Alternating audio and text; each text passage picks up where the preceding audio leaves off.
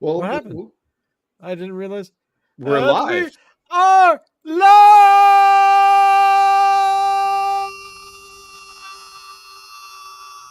Where's the thing? There it You is. totally Cylon there. Okay. Thank you. Everyone, please sit down. No, Got a really. full house No. in here tonight. Wow, boy, I gotta say that it's not like we're that popular. Anyway, boys and girls, welcome to the Crafty Boys. It's just me and Alan tonight, where we are, well, you know, Unpopular. it's Wednesday. Unloved and unpopular. That's pretty much our name of our show. Yeah. But tonight we're talking about a beer that Alan chose. And Alan, what is tonight's beer? Tonight's beer is from Main Street Brewing in Vancouver, British Columbia. It is called the Hula Tropical Milkshake Sour. Let's dive That in. sounds like a very interesting thing that we should be drinking right about now. We're doing our radio voices tonight because it's entertaining and it's something Let's see that if we I can haven't done before. sustain. I'll see if I can sustain mine. Let's go here. Here we go. Gotta get right in here. Oh, jeez. I can't even see it. Okay, there we go. It's got that shiny thing going. You've been longing for for those sun-soaked beaches, a frosty beverage in your hand, toes buried deep in the sand, seeking out the aloha spirit. Here's your Main Street prescription for that case of tropical depression. Beringer wise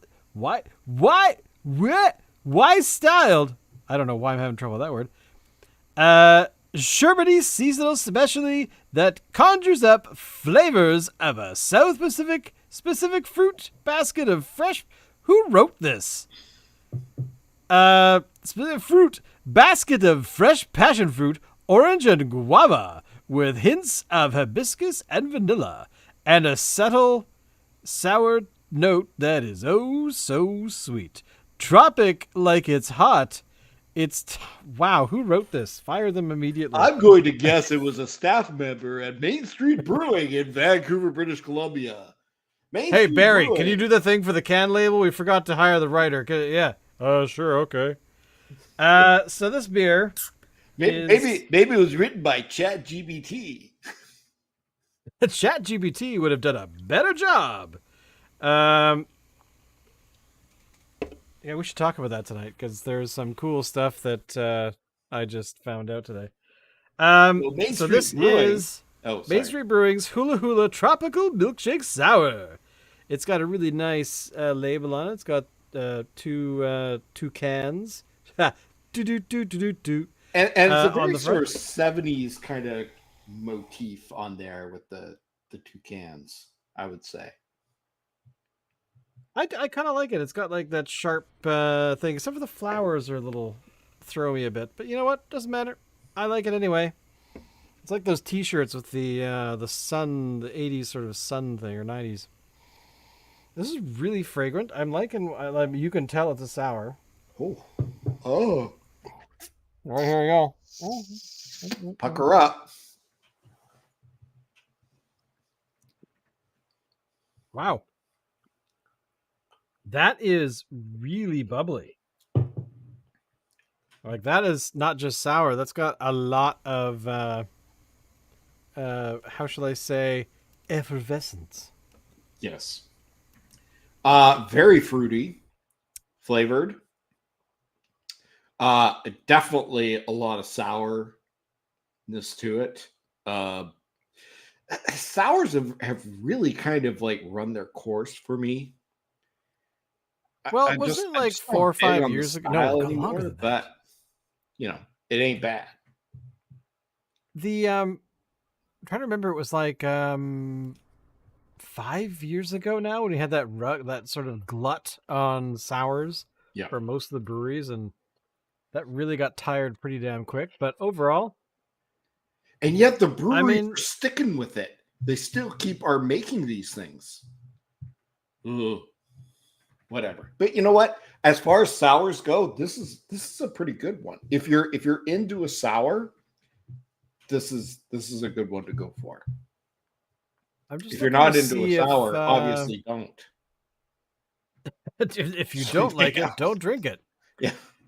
So this one is for Main Street Brewing, the Hula Shake. And it's been around. How long has it been around? About 10 months, according to the review site Untapped. It's got a rating of 3.8 out of 5 stars, Which is about average for the stuff that we tend to drink. It comes in at 5.4% alcohol by volume, so it's got a bit of a kick to it, more so than the average beer. Well, the thing that we've also we've discovered over the last number of years is that there are definitely beers that are going to be ones that you want to drink, and then there's going to be ones that you don't want to drink because one is enough. 2 is too many. Mm-hmm.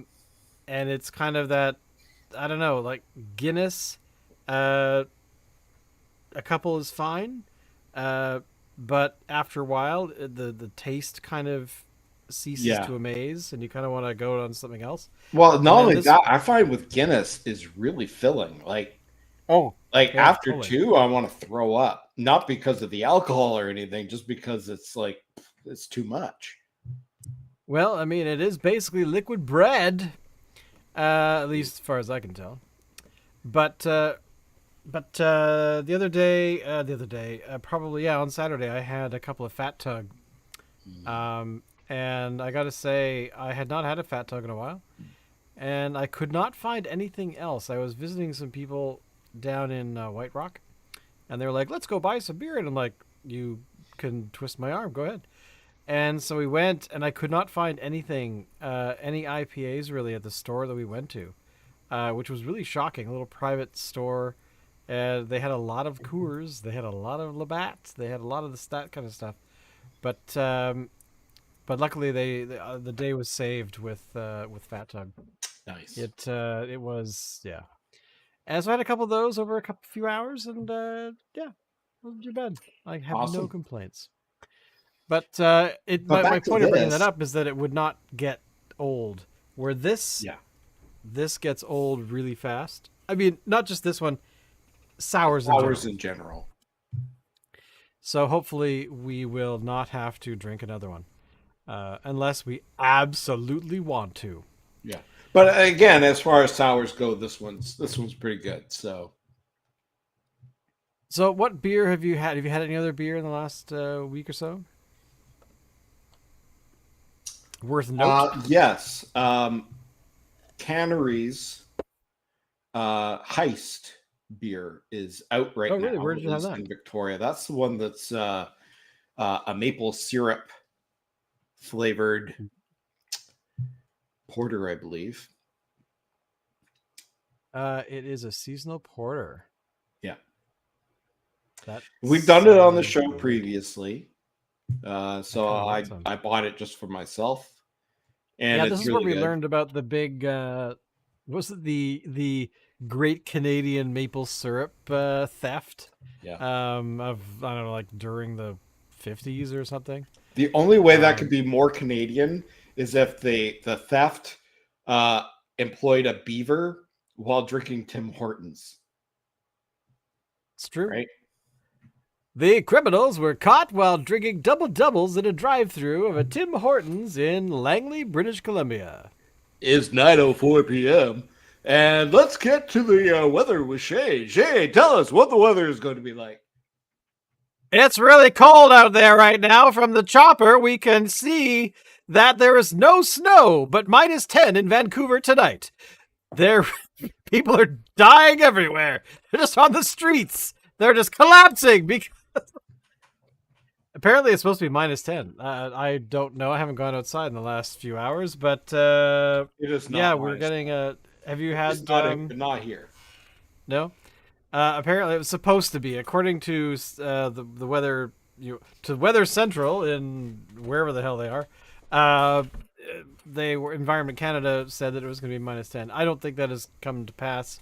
My dogs haven't collapsed of being frozen to death on the street. Sometimes I think Environment Canada in their forecast, just like I have like a whole bunch of like possibilities in a hat, and they just kind of like they draw out one and go, oh, it's gonna be -10. Hey! There's a bunch of weather coming at you, and we don't really care. So, yeah, It's apparently gonna be all this something. minus everything is gone now. So whatever. That's so stupid. But Okay, so you wanted to talk about Chat GPT. yeah, let's talk about Chat GPT. All right. Have you played with it yet? I have not played with it. I've read about it. I have not played with it. It is fascinating about how bad it is. But I want to point out, well, it's good for some things, but it's really terrible at other things. I'm just going to bring up an article. Like any new technology, you know, there's room for it to grow. Oh, totally. And but give it another 2 years, and it'll probably be far more. Put us all out of work. Exactly. Here and going to send T-800s after us. Exactly. And then hooked into everything. I actually used that line on somebody today, completely random. They said something funny and brought up Terminator, and I said, hooked into everything. And the guy laughed. I guess where is this article? I bookmarked it today. And about how I wonder if it's in my other account. Hang on. Basically, not ChatGPT, or sorry, well, kind of.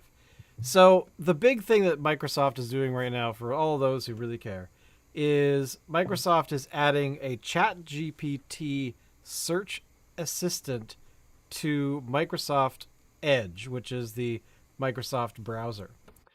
And it is a tool that, in theory, is supposed to make your life easier when you are doing searches, when you're asking it questions about the search results that you received, and stuff like that. So the article that I found today is, here we go. So this is from a blog that I follow, simonwillison.net. And he's just this nerd that I really like. He's got all kinds of cool stuff going on.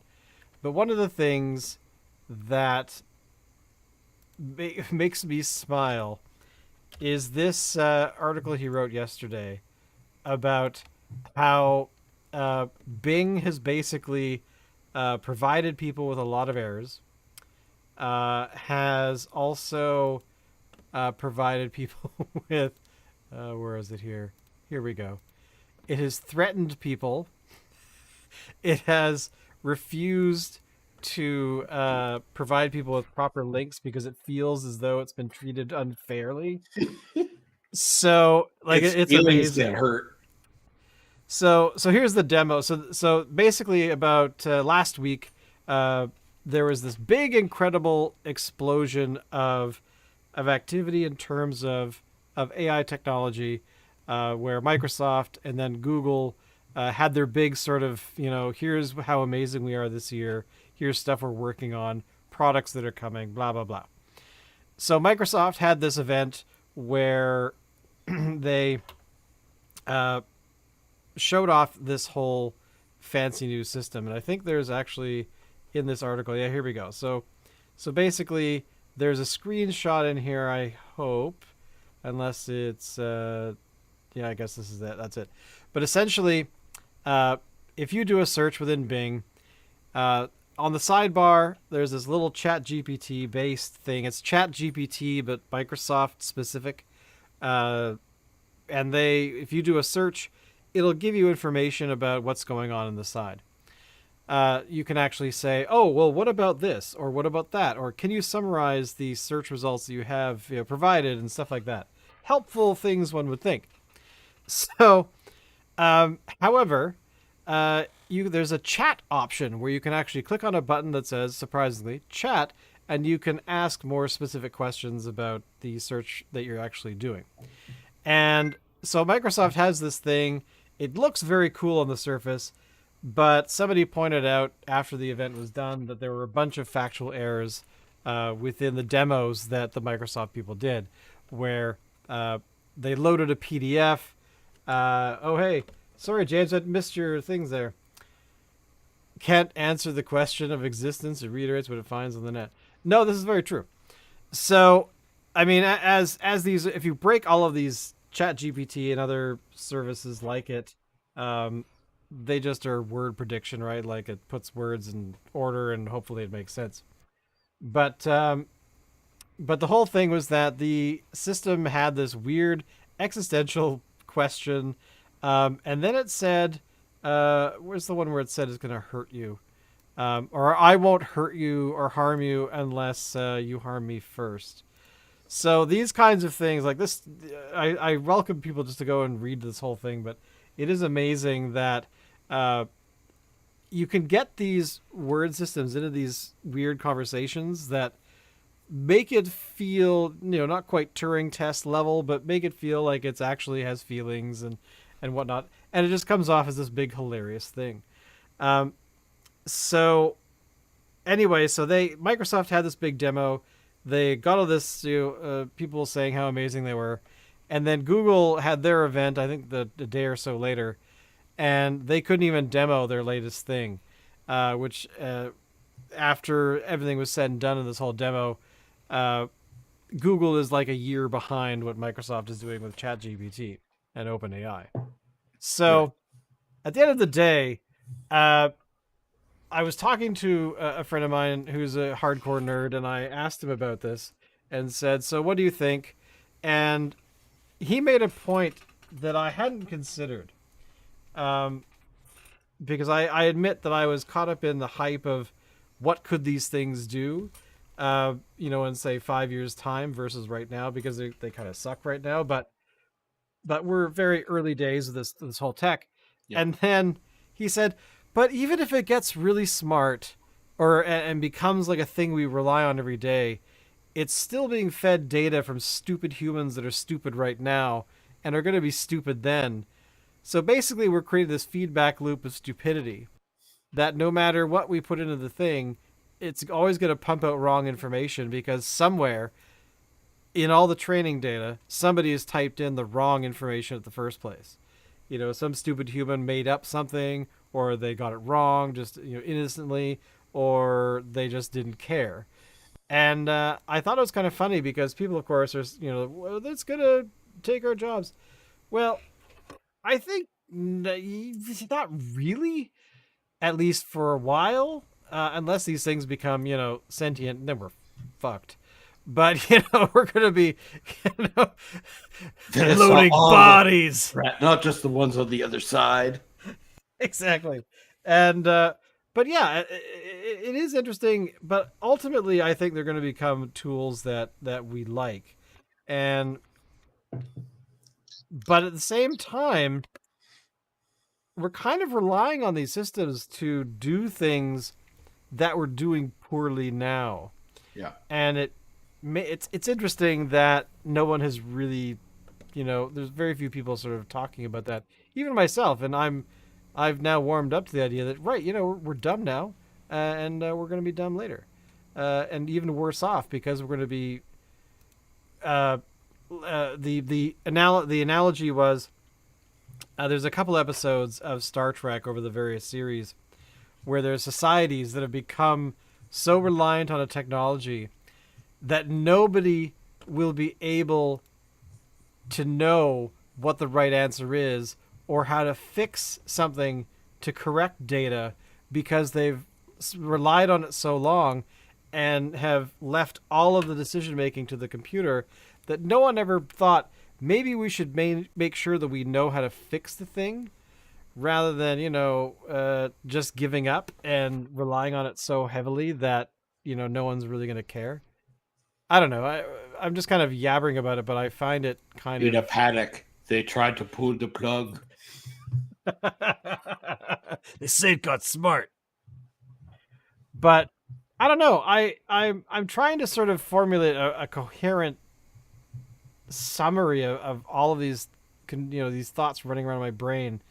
But I have to say, I keep coming back to the one of we're going to be that planet that some starship shows up on and says, "Hey, how's it going? This is our first contact procedure." And then we're going to be like, "Well, computer say you're bad, so we're going to kill you. But we're here, we're his friends." Bad? So what are we going to become, cavemen?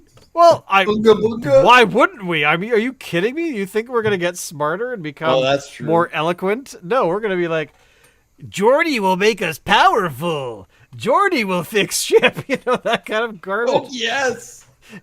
Or they're flying around with ships they have no idea how to operate, and when something breaks, which eventually will happen, no one knows how to fix it.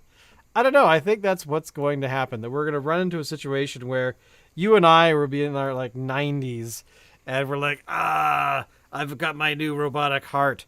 And then there's some 20-year-old kid going, "Oh crap, where's the manual go? How do you reboot this thing?" Yeah, they arrived a long time ago, looked down and said, "No way in hell." That is very, very true. Oh my God. Like,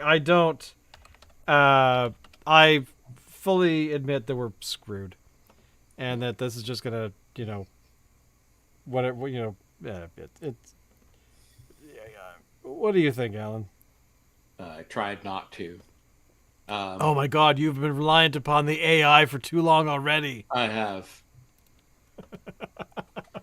Yes. So basically, you've just given up. You're like, yeah, fuck it. Whatever. You know what? If it's going to happen, it's going to. I'm one insignificant person. I'm not going to try to make sense of it all. You're not going to make sense of it all? Why not? No. But they keep coming back for the cuisine.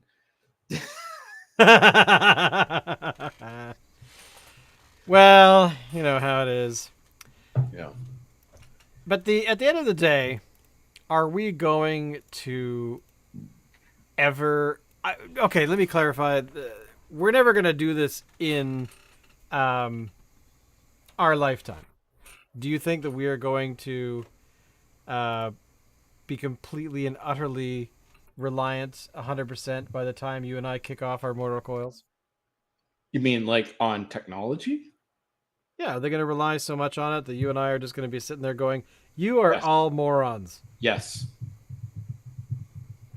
So we're going to be more than just the old dudes, telling kids to get off our lawn. We're going to be the old dudes telling the kids that, "Okay, look, here's how you boot it into the sequence to make it work. Why did you not learn this in school? What were you doing?" "I was using ChatGPT." "Right, so you didn't actually learn anything then. You relied on a stupid system." Okay, well, I mean, as you know, I've got kids, you don't. When kids take computer classes at high school, they're not learning the same things that you and I learned when we were in high school and taking like computer classes when they were in their infancy, when they were just starting out. I mean, when they were just starting out, you and I were learning about, what DOS meant. We were learning how to program in BASIC and Turbo Pascal and all that. No, they don't do that anymore. They use software.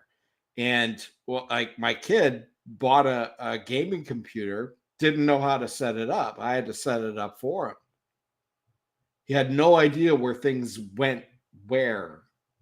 Did he like build it in, from pieces? And no. I mean, it came put together by, I mean, like putting cables into the back, like, and what cable goes where.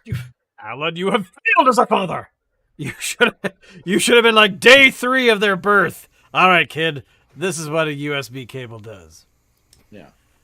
Well, the USB they figured out, but I mean, there was other cables that they didn't know.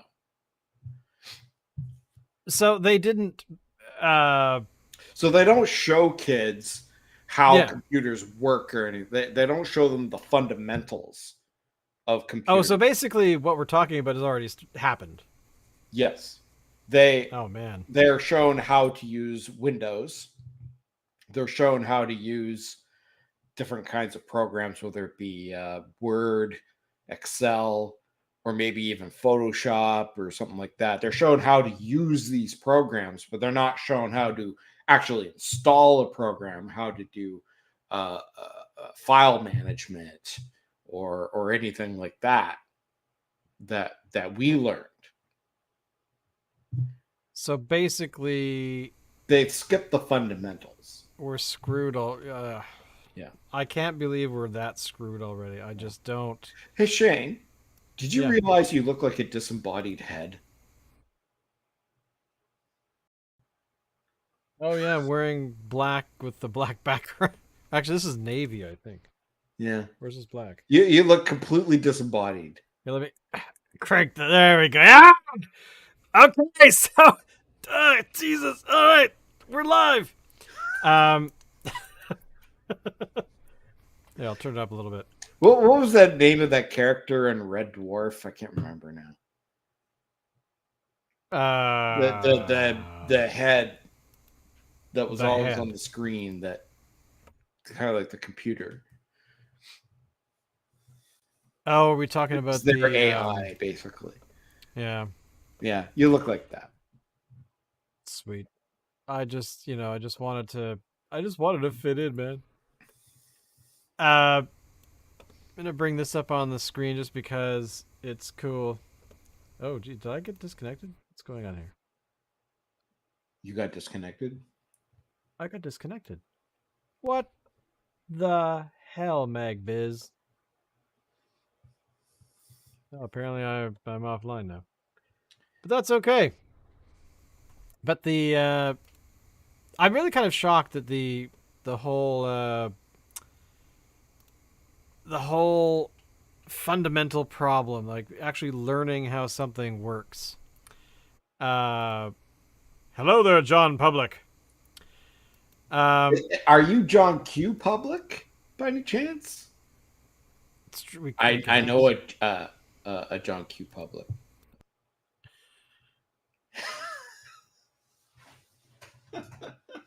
Yeah. So hey, man. One thing I wanted to mention. Yeah. So okay, so there's like a lot of shit coming out. So we got the new Indiana Jones is coming out. Coming out in June 30th, I think. Yeah.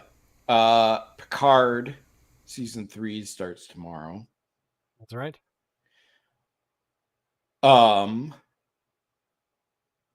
And Night Court reboot. Not a reboot exactly. It's actually, I guess it would be a sequel that no one wanted.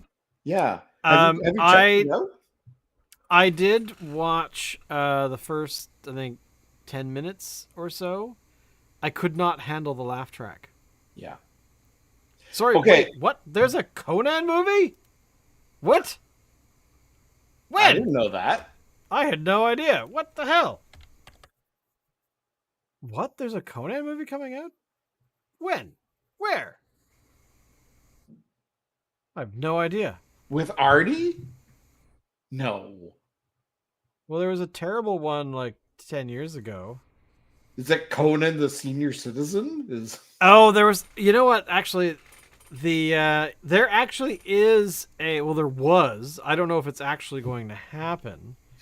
But there was a rumor of a Conan film, with him like as an elderly king. Yeah, But I don't. Yeah, here we go. The Legend of Conan. Is that what it's called?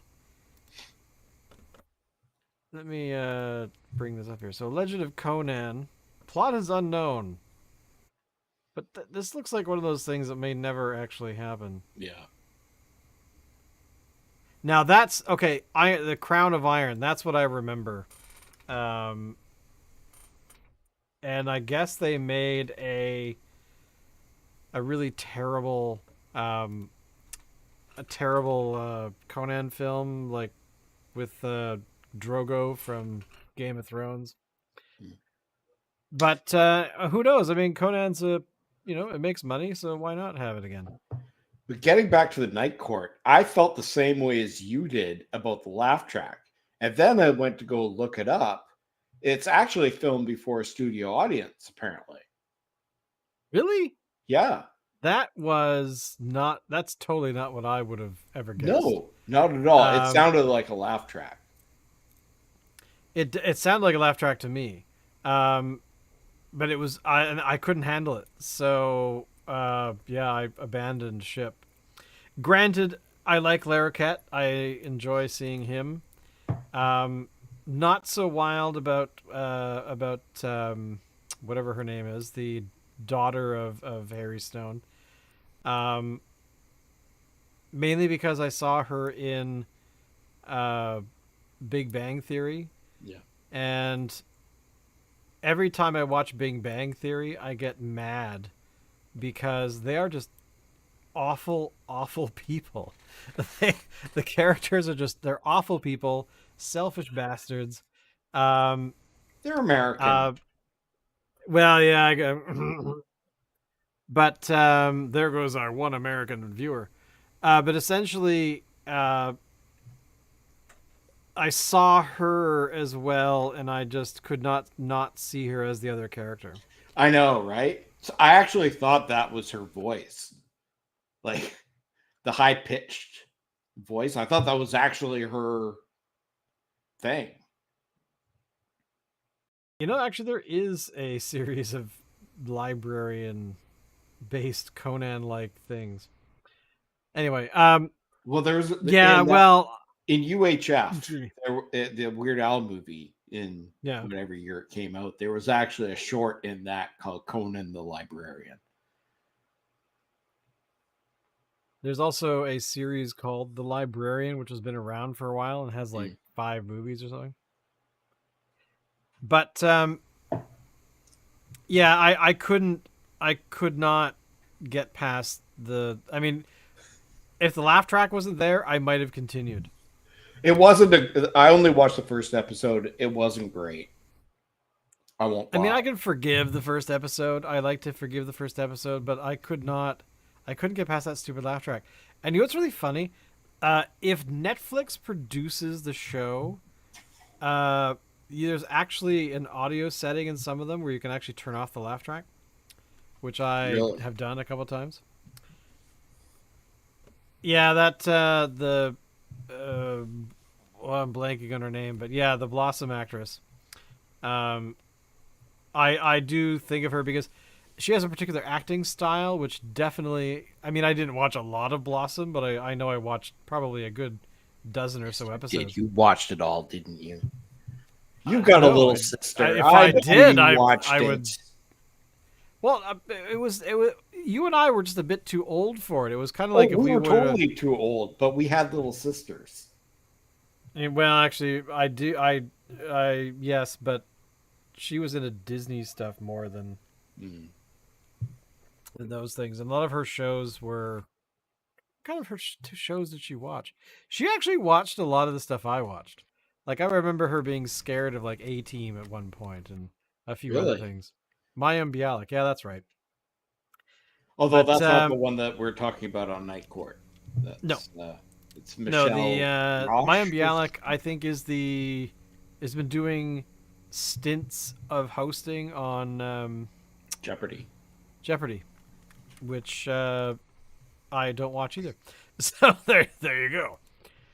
But Jeopardy makes me feel dumb. It does make me feel dumb too, but at the same time, people forget that they do study for the whole thing. So, there we go. I was gonna bring this up on the screen, but then it died. But now it's back. So, if you haven't done this, I think we talked about them last time. But if you have not been partaking in this service here called magviz.ca, you should, because it's awesome. I've been meaning to get on there. I have actually gone on it a couple of times, and I'm always afraid that somebody's going to talk to me. Like, I guess that's kind of the danger of going into a chat thing. Well, when people talk to you, that's kind of a good thing, right? I mean, you and I, Dave and Locke, we do this little show, and we've been doing it for like. We've been doing this show almost 10 years. No, we have not. Well, our first episode was like in 2015. Okay. Like, which we have blanked from our memories. I mean, that's the thing, right? All right. So, we're nerds. We remember these things. We need to get some D-Dial guest speakers. Apparently. That's true. We need to get some D-Dial guest speakers. You're totally right. You are totally right. We need to find some old D-Dialers is what we need to find. I was, you and I actually were talking about that about back in the day with D-Dialers and how we had, actually most of them are dead now. No, they're not. Well, no, I remember looking up a couple of the ones. We could scrounge there's still some. Like I won't mention any real names, but there was a fellow named Gerg who is still around. Shadow Knight still around. Shadow Knight's still around? Wow. Yeah. I mean, posts on Facebook rarely, but is there sometimes. Highlander, I think, is still around. I was talking to Blurry That Minutes might be it. on the phone last week.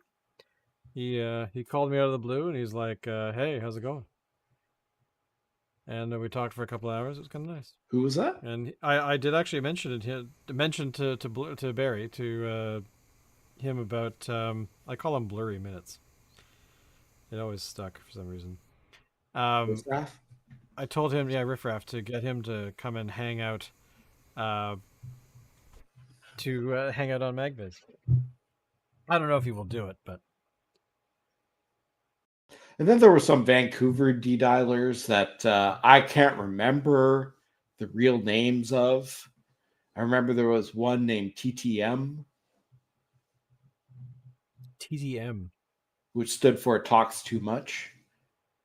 Oh, really? I'm trying to remember that. The one I always remember, because he was such a kooky dude, especially when we went bowling, was Mung Cookie. Who I believe has passed on. Probably. But he was such a weird guy, but he also was kind of he cared about what was going on in the community. At least, from what I remember. Yeah. It was a really great time. I remember going to Fog and Suds, bowling meets, softball games. It was a really great time. So a question to James, because he's here in the chat. James, were you in Victoria?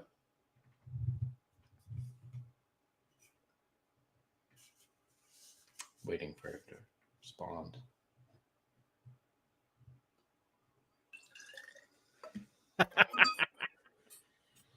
That's funny.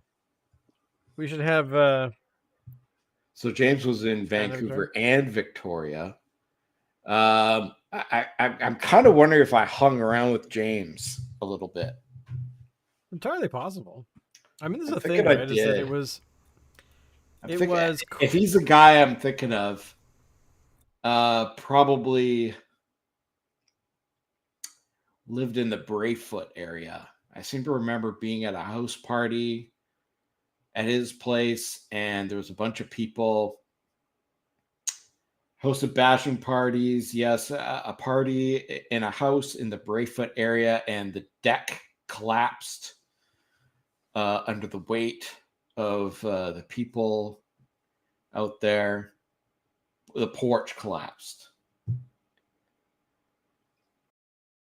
Okay. Yeah, there we go. So yeah, it was James. I remember James. Like I used to. Sometimes it would be me driving. Sometimes it would be other people driving, and I'd pick up James, or we'd all pick up James, and we'd just be driving along, and James out from nowhere would just put up his hands, go, "Oh my God, we're all gonna die!" And then everybody just started freaking out. It's good time. I'm just reminding him that you were Father Time. Oh. Were you Father Time on D-Dial as well? Oh, yeah. I was always Father Time. Okay. Yeah, you were Father Time. I was primarily Giziana Jones, I think, was another one I used on D-Dial. But back in the day. Yeah. But there's definitely fuck world. Oh, the memories. They come back. That's like what, 30. Seven? Am I doing the math right? You're more math inclined than I am. Well, it's 2023. It was 1990-ish. So 30, 32, 33 years ago.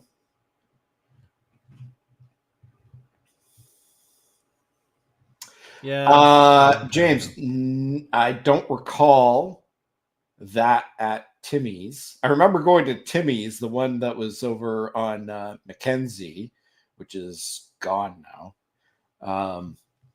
I do remember we spent a lot of time there, but I don't remember that particular happening.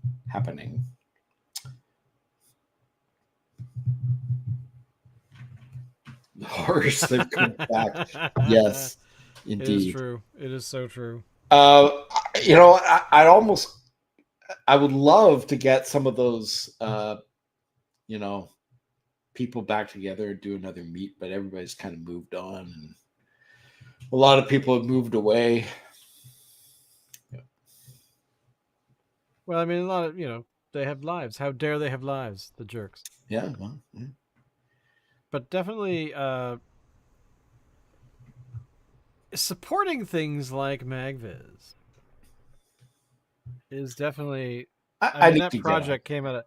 I mean, you were actually, Alan. You were the one that actually mentioned MagViz to me. Yeah. I don't know where you saw it, but we saw. It was on Facebook. There's a D-Dial and STS group on Facebook, and that's where I heard about it. But I've been on there a few times. I haven't been there as much as I would like to be. Oh man, I got logged out again. Ah, man. There's actually a picture. How dare this thing have security on from an old meet. Excuse me. An old meet. Yes. What do you mean? From an old D-Dial meet. And I want to see. You have a photo. If I can find it.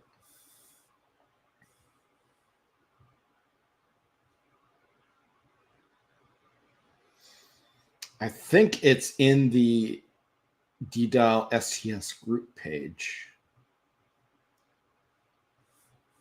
But I don't know for sure.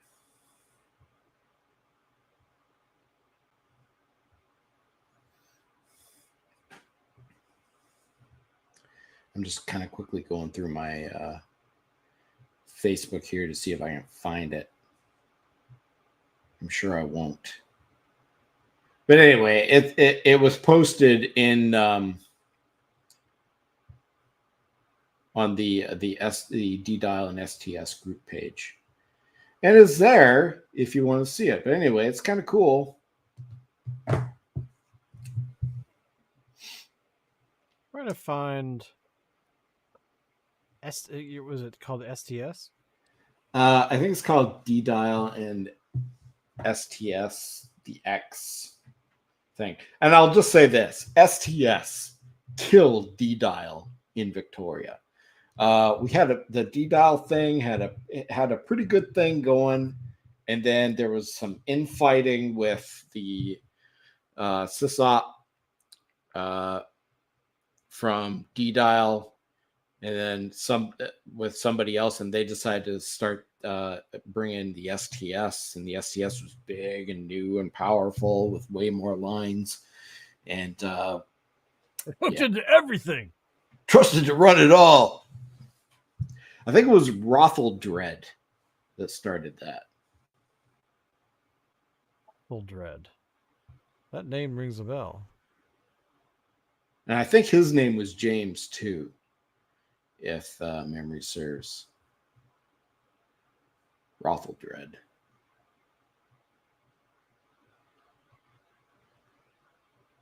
Find Rothel Dread on here. This is going back. Oh my god. Okay, so here's the picture there. Oh yeah, that photo. That's the softball game. Yeah, I'm gonna see if I can set it in the back channel, Shane. Sure.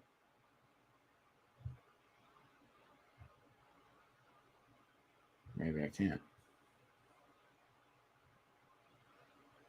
Send it through the back channel. The back channel.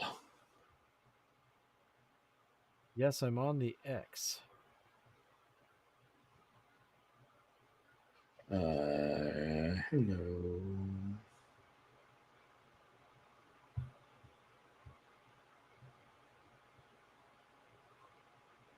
Share external. We need more boys. That is very true. Why are you not on the show, Julian?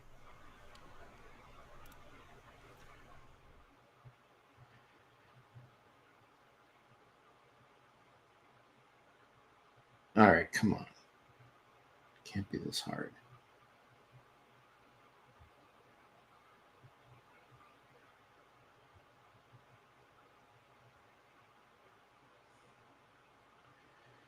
Okay. Sent to the back channel.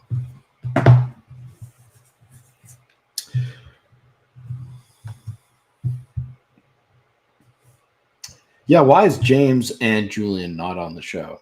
This is a good question. Not really much of a show. I mean, we're just kind of like looking at it.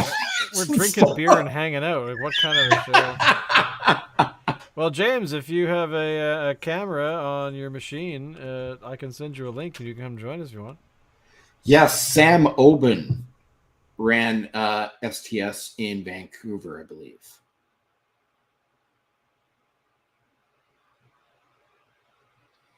And I actually have Sam on Facebook.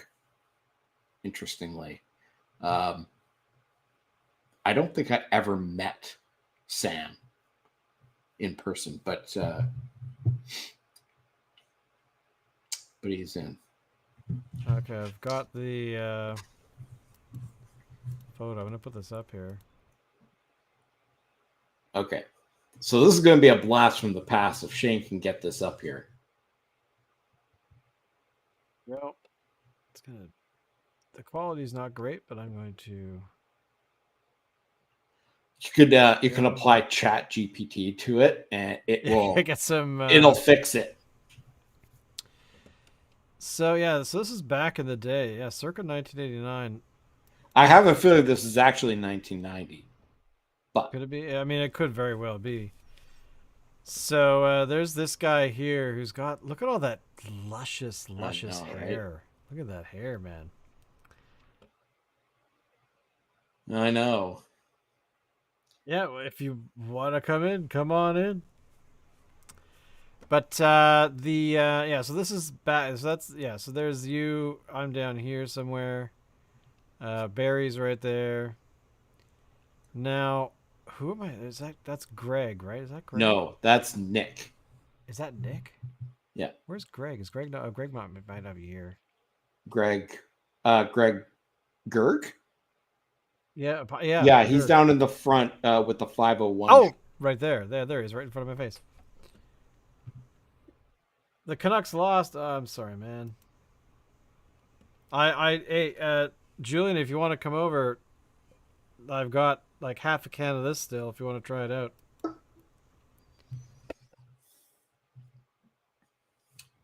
Okay, let me see if I can go through.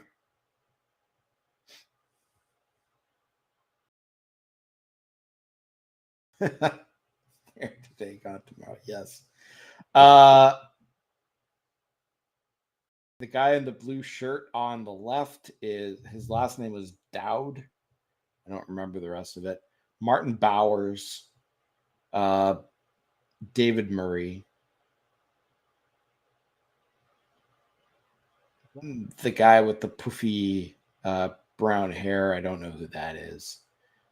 Just peeking over his shoulder is Sean Slater, Mark Carlos, Highlander, Nick, me, Nina's friend, Derek, Charisse, the other Greg. There's a lot of stuff here. I know. This is the thing, is that I vaguely remember who some of these people are. Like over here, that was... Who are you looking at? The guy here in the blue. That's blue. Ian. That's Ian. Yeah, there we go. There we go. Of course. Anyway. Wife lurk. Yeah, Charisse, whatever her last name was. Who's this here in the front? Where? Right here. That's Scott. Oh, Scott. Oh, my God. I must have Alzheimer's. And right behind Barry is Shadow Knight. Right there, yeah. This is, or this guy here. That was Derek. Derek. He was the guy that didn't like me because I didn't play D&D the way he liked. And he's wearing a Tesseract shirt. Right. Is he really? Do you work I think he is. That's hilarious. Oh, man. Computers. Wow. Who's back here? That is the other Greg, who was dating Charisse at the time. Remember, wasn't he the guy that had we visited him a few times, there were a lot of holes in his wall? I don't remember that. Gerg? Pretty sure it was. Gerg, I went to high school with Gerg. I don't remember. There was somebody like to punch holes in their wall because they were like upset about whatever. No, Who's this back like here? Who's that? Travis. Travis? And who's that? I used to hang around with him. I don't remember. See, these are the faces. See, I remember the faces, Brent. but the name is Brent. definitely Brent. Brent. Oh, wow. Good Lord. Back in the day, man. Yeah. And this kid here, that was he was not a kid anymore. Which? This guy in the pink shirt. That's Dave Murray. Is that Dave Murray? That's Pam Murray's little bro. Right. And Pam is not in this picture. No. I think she was actually taking the picture. This is Beaver Lake Park, right? Elk. Elk Lake Park? Or no. No, I think it's Beaver Lake, because there might not be there now. Yeah, but Beaver there was Lake. that baseball baseball thing. Yeah. Blast from the past. That is definitely, we're old. That's all there is to it, man. Yeah. Look at all these people.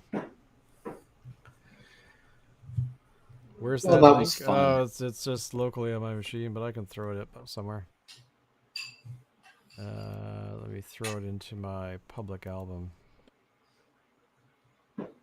which I call "This Is My Shane Book." Shane book or shame book?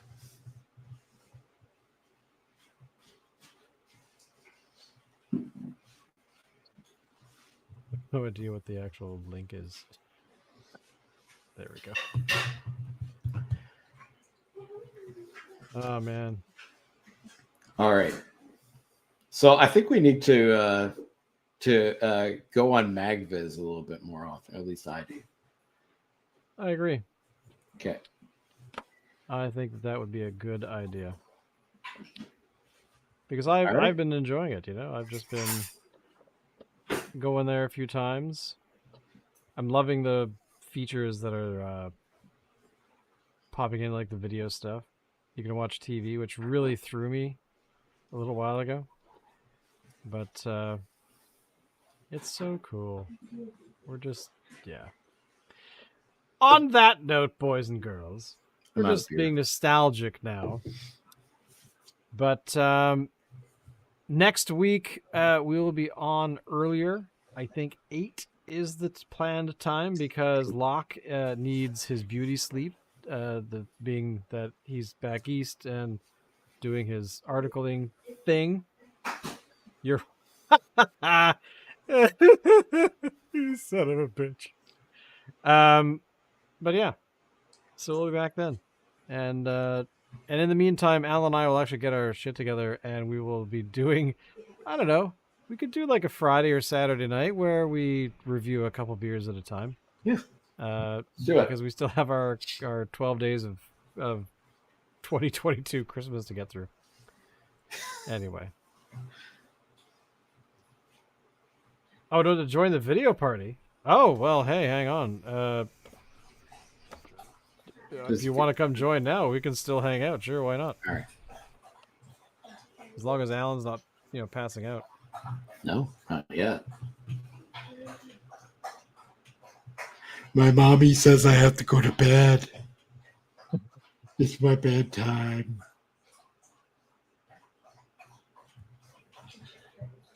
It's only 9:51. I know, we're wusses.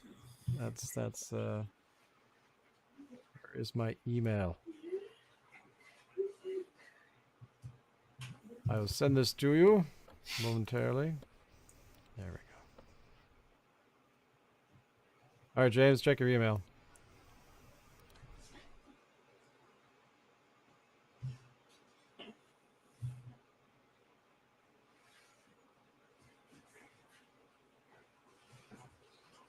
Welcome to the party, pal. Well, I still have beer left. I guess Julian's not going to come by and drink it, so. I don't have any. I'm all out. Hey, Peanut Gallery. Here you go.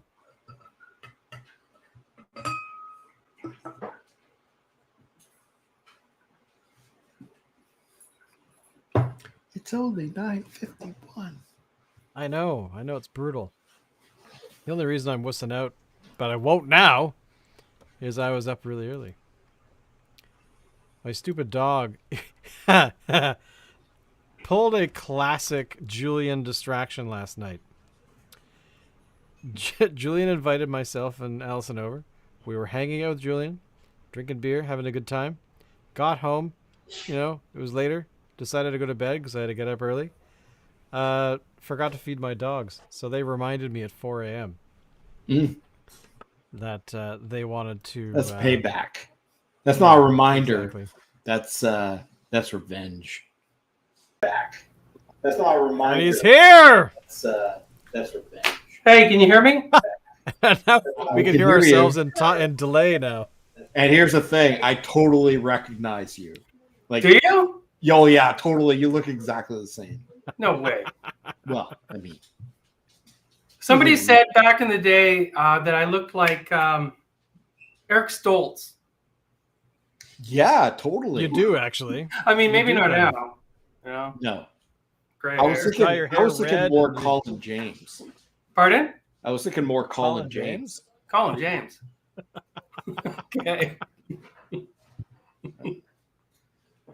So here we are all in our basements. You know what? I can't remember you at all. The only memories I have are I don't even know. Those were strange days. It was like the first year I was on my own, out in college, and I botched it all up. But it was fantastic. You botched up college? Oh my God! First year, I flunked out college, and I flunked out the first semester of Camosun College, and then I tried again for UVic, flunked that out because I was having house parties and living it up, and so many house parties.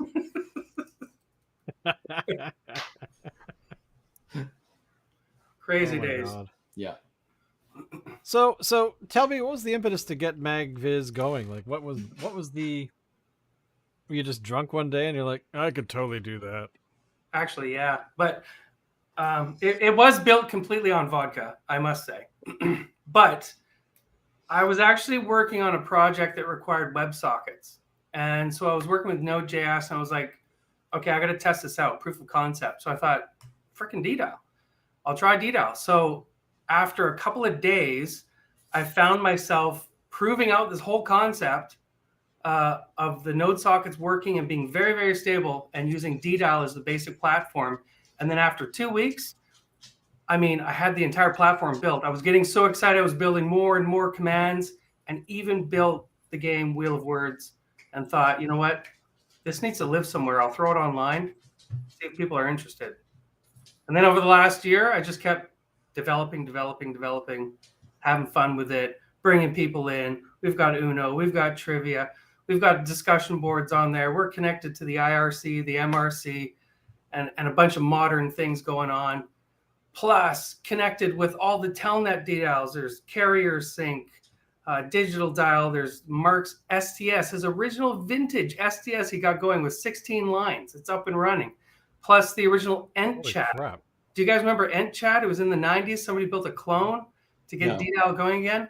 Oh, No, I don't remember that. We found him and got him going. So it's just turning into this whole world that's just fun. That's cool. Yeah. So listen, there was a bulletin board game that I used to play late 80s called Trade Wars. Mm. Oh, hell yeah. Any possibility of getting that? I don't know.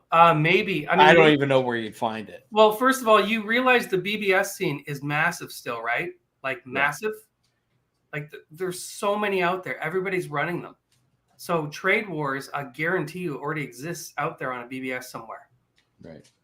We actually hooked in channel 3 on MagViz.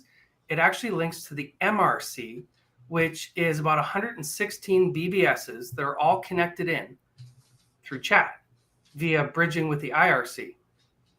And these guys, you know, they're always online chatting about retro stuff. Oh my God, it's fantastic. But yeah, Trade Wars, I'll bet you that's still running strong today. It's got to be. Probably. I haven't dived into the BBS stuff a ton, but enough to know that it's really huge. Because you could get yourself lost in there. There's more going on now than there was probably back in the 80s and 90s. 70,000 people. I remember when I was running Nightline that I had Trade Wars. There was another one too, and I don't remember the name. It was like, yeah, it was before Trade Wars came out, but it was very similar. Like Trade Wars was basically a ripoff of something else. But Trade Wars was better than the thing that. I can't remember what the hell it was called. Yeah. Whatever. But it was cool. I mean, Trade Wars had better graphics, I think, was sort of the big claim, right? The other thing was more like, graphics. Trade Wars was completely text-based. Well, yeah, but it looked better than whatever the hell the other one was, because the other one was just text entirely. Trade Wars had, you know, it had like some ASCII graphics. And exactly. That's what I'm getting at, right? So, I mean, my first the BBS I was running first, I ran it off a 720K drive, which was just the slowest piece of crap ever. But then that's when I got my very first hard drive from Tesseract Computers. 30 megabytes. It was massive. So let me tell you, my first hard drive I got probably about 88, 89 was 40 megabytes. Nice. DOS at the time couldn't handle that. It couldn't recognize anything bigger than 30. So I actually had to partition it. And that was a hassle back in the day. It was such a hassle. And it was expensive. And then there's Julian, who's like a hardcore Ubuntu user, you know, because he refuses to pay for any software ever. So, but he taught me to brew beer, so that's okay. He made up for it. I can't imagine that Julian is like a major computer user. He just doesn't strike me as being the type. Surprisingly, Julian is. He is very much a, his mom's laptop died a little while back, and he actually went to the effort of replacing parts to try and get it to work and things of that nature. So it was an Apple Air of some sort. But well, I think if you're using Ubuntu, you're a computer geek of some kind. Exactly. Must be. Yeah.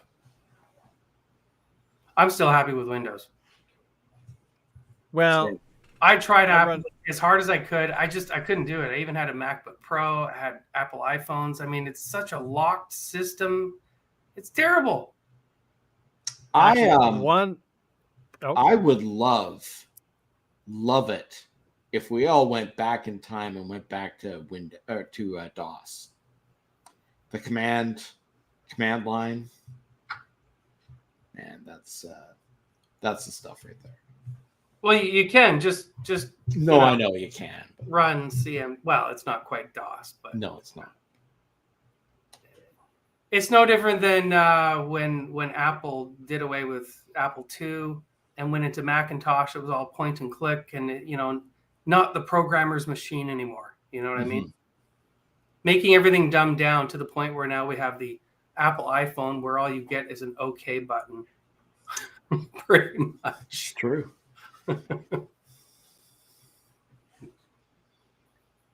Trying to find that online emulator for Commodore 64 because you love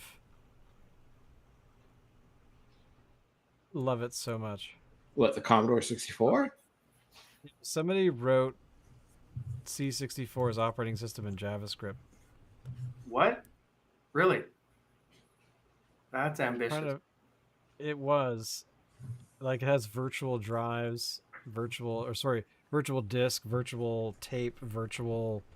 there's a whole bunch of stuff. I tinkered with it for a little bit, just goofing around with it, but I was never the C64 guy. Alan was the C64 guy. Yeah. And I could not remember for the life of me the command, the splat, comma, whatever the hell it was. Load, quote, splat, there you go. quote, comma 8, comma 1. Yeah, I wasn't C64 either. I always had to go to my friend's place for that. First computer I had was the Apple II Plus in literally 1982. And my folks paid $2,000 for that in 1982. That's huge. Unfucking real. Well, they only did it for one particular reason. I mean, they were helping me out so that back in the day, when I was in grade 5, the school tried to boot me out. They said I need to go to special school for dumb children. To learn how to retread tires. And so, of course, my folks are like, this is bullshit. And they pull in a third-party tester to come in. And the tester comes back with the results and says, well, the reason why this kid is not paying attention in school and screwing around all the time is because he's operating at a college level. So you need to do some extra stuff here, and you can't kick him out. And so they told my folks at the time, this kid is going to go into computers. So whatever you do, make sure you buy him a computer. So they went and outlaid $2,000 to buy me an Apple II Plus. And that's how it all started. Peaks and pokes from there. Yep. I wanted an Atari 2600. My parents, on the other hand, said, we'd rather you got an actual computer to do homework and stuff. So I went and got a Commodore 64, which is just a glorified gaming system because it had a keyboard. Yeah. But then I ended up getting an XT a few years out. I actually had both running side by side. So I could play games on the Commodore and do actual programming work and stuff on the XT. Yeah, the good old XT is my mom's first computer. She got a business computer. It was an Epson, and it was a 8088, which is an XT. Yeah. Just a business computer. But, I had a hell of a lot of fun on that. And it got me right into the whole PC clone world. And then a few years later, that's when the clones really came out, and you could build your own clone for like $600. I mean, it was so cheap. And I got myself a 286. I was like in my glory. And that's actually around the time when I started programming in Pascal. I was like, wow, Pascal, this is amazing. You can write procedures and functions instead of just, line instructions from BASIC. If you guys ever actually wrote in BASIC before, the go-tos and the go subs. Yeah. I did BASIC and I did Turbo Pascal. I did a little bit of C++, and then I got out of it after that. Yeah, I think C and C++ were the game changers for sure. Yeah. Oh, back then? Oh, yeah. I mean, nothing else. Everything else was basically like pre-Perl. Like very rudimentary. I was going to say JavaScript, but that's not even true. Well, JavaScript is pretty amazing. I mean, and it follows the object method. And it's been around since the very, very beginning. It's quite powerful. I mean, that's what Node.js is based on. All JavaScript. I mean, it's really a powerhouse. What's the file name? I don't even know what the file name is. Just load quote star quote comma 8 comma 1. Star comma 8 comma 1. Oh, wait. The star will look for the executable file, whatever it is. Oh, I need the keyboard. I forgot. This has actually got... Yeah, there we go. My keyboard is not the same. What are you guys loading? Comma 8. Whatever he's loading. 1? Is that right? It better be Bruce Lee. Better be Bruce Lee. Best cover support game ever. That's John Public. So, and of course, he's one of our regulars on Magviz, and he knows his stuff, especially with the retro coding, Visual Basic, things like that. He's actually been decompiling DDAL and doing traces on it, where he'll trace the operation of it. It's pretty cool. They're not loading; they're getting loaded. That is true. That should be our new. But decompiling that would have. What was that actually originally written in? Assembly 6502, man, like hardcore Jesus. stuff. Yeah, really? I look at that stuff and I think, wow, I could never have been a programmer if I had to deal with assembly. I mean, it's gibberish to me. That was so great about BASIC when it came out. You can actually use English words, but assembly, oh my God, you might as well be writing in zeros and ones at that point. I remember going to the library to look up assembly stuff, and I ran screaming and just went straight across what was that pub we used to go to, Alan? The one across the street from the library downtown on whatever the hell street it is. Something Arms. Can't remember now. Well, there was Fog and Suds. No, this was down on whatever that street was at. See, I'm losing my Victoria. The Old Bailey. The Old Bailey, yes. Yeah. Yeah, I remember going to the library looking up some computer stuff like that, and I just went to the pub instead. My brain hurt after like 5 minutes. It's like, I don't understand anything. I'm going to cry now and drink beer. I was never old enough to go to the pubs in Victoria. The only place I went to in Victoria, and I don't know how I got in, was the Red Lion. That is pretty epic. That is pretty epic. Oh wow. Actually, is the Red Lion even still there? The Red Lion is. It was rebuilt after it burnt down, but the nudie bar part of it is gone. That's a shame. I mean, this is the thing that we're missing on the island. We should open a stripper club. I mean, are you guys on the island right now? I am. Really? Alan is, yeah. Oh, okay. Missed the island. I stare out my window and look at Science World. But there's apparently now, from what I understand, this was from the Times Colonist. I know 2-3 years ago that there were no stripper clubs on the island at all. Oh wow. I'm not sure about the island as a whole, but in Victoria there are not. Because there's this thing called the internet. And you can see anything you want to see. Not the same. Come on. Have you guys been to the number? All right, fine. Here, let me take off my clothes. Have you been to the number 5 in Vancouver? Orange number 5. Yes. 5 orange. I don't know. I had the most epic day about 5 or 7 years ago. I go out with my brother-in-law. Here's how the day went. We drive downtown. We go up to Cyprus, and we're skiing for the day. Beautiful sun, see the ocean. We're skiing. We come down. We go to the number 5. Now we're at the number 5. I've never been to this place before, and I'm just like, wow, mind blown. And then after that, guess where we go? Roger Waters the Wall. Oh man. That was the day. We skied. Only in Vancouver. Dances, and then Roger Waters yelled at us for a while. Exactly. Come on.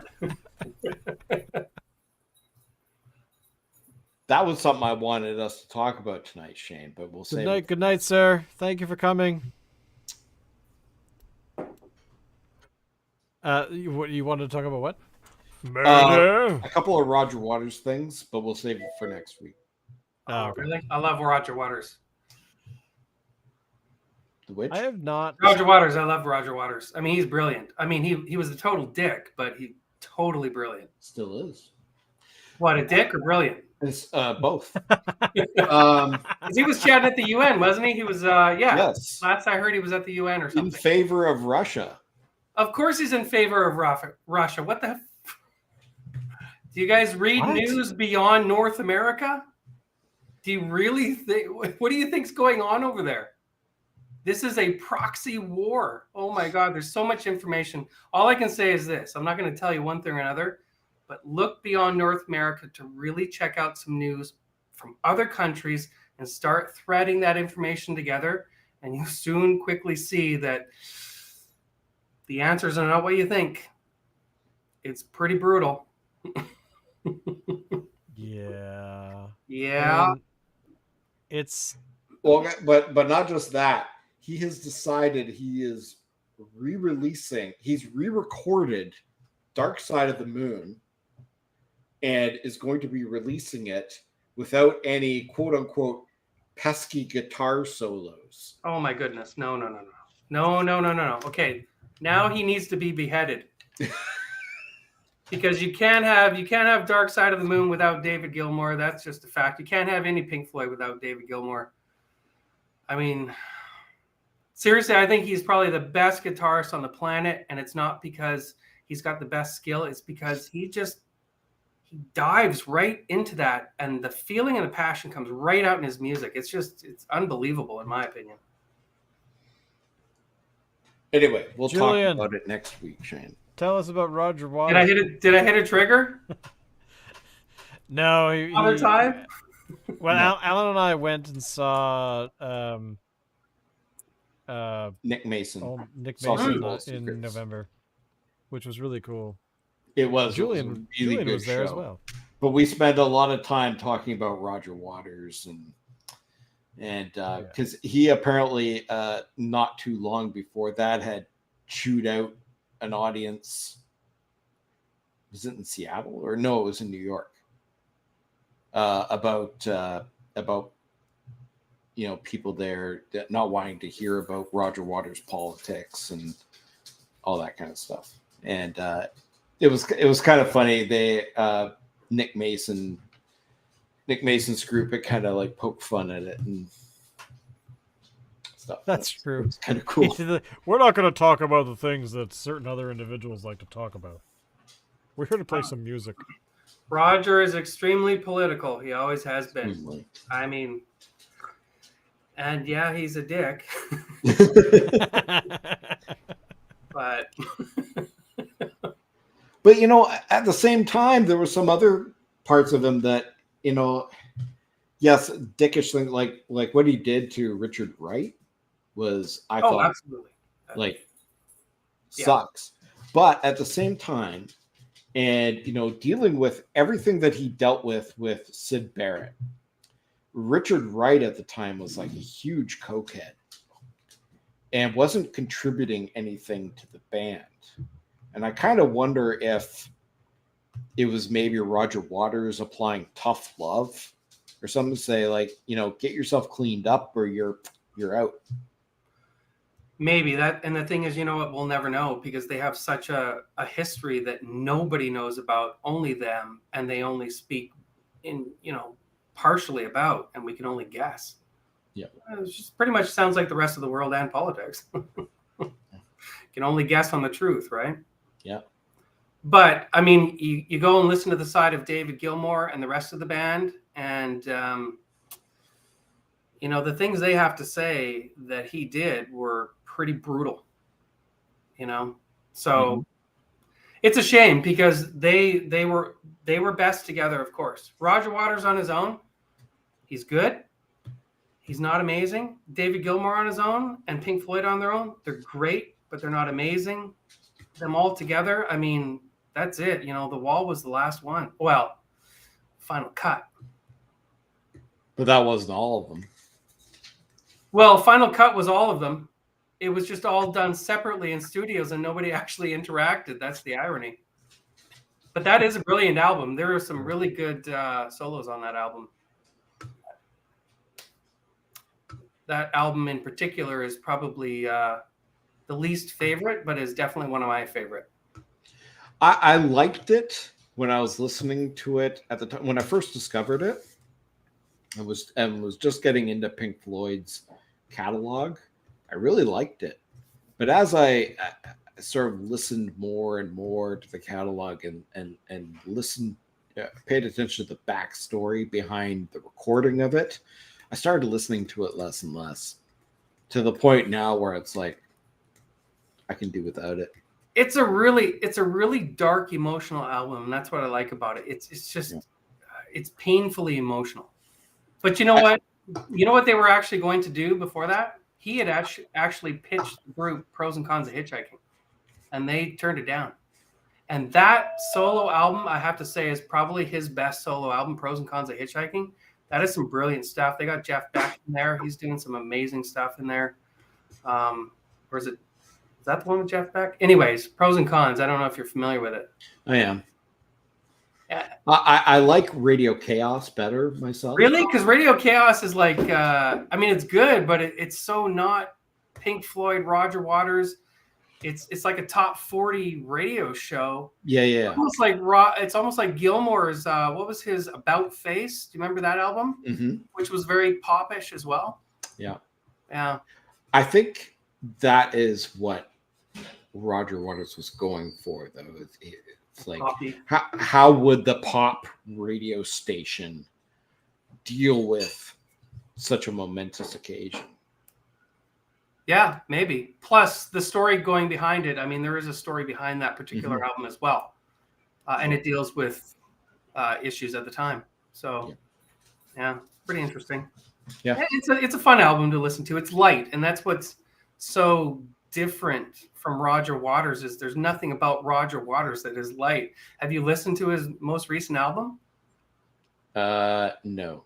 It's a very good album. It's very political.